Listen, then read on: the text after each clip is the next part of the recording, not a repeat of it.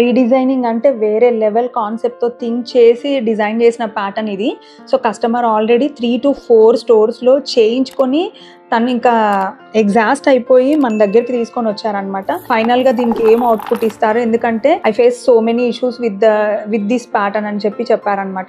Tangle అవుతుంది, twist అవుతుంది, so వేసుకోలేకపోతున్నా. So మంచి బ్లూ టాంజనైట్స్ అండి తనవి. ఆ బ్లూ టాంజనైట్స్ తో ఎలా రీడిజైన్ చేయొచ్చు అని అడిగితే ఒక కాన్సెప్ట్ తో మేము రీడిజైన్ చేసాము. మొత్తం అంతా నీట్ గా ప్రాపర్ గా పాత డిజైన్ ని ఏమి అసలు ఎక్కడ కనిపించకుండా కొత్తగా మొత్తం అన్ని మోటివ్స్ అంతా రీడిజైన్ చేసి డిజైన్ చేసిన ప్యాటర్న్ ఇది. మీరు చూడొచ్చు లూజ్ గా ఉన్న బీడ్స్ అండ్ పాత ఎలా ఉంది అనేది అన్ని కంపేర్ చేసి లాస్ట్ వచ్చిన ఫైనల్ అవుట్పుట్ కూడా చూడొచ్చు. మీరు కస్టమర్ మెడలో కూడా వేసుకున్నారు. సో మ్యామ్ చెప్పండి మీ ఎక్స్పీరియన్స్.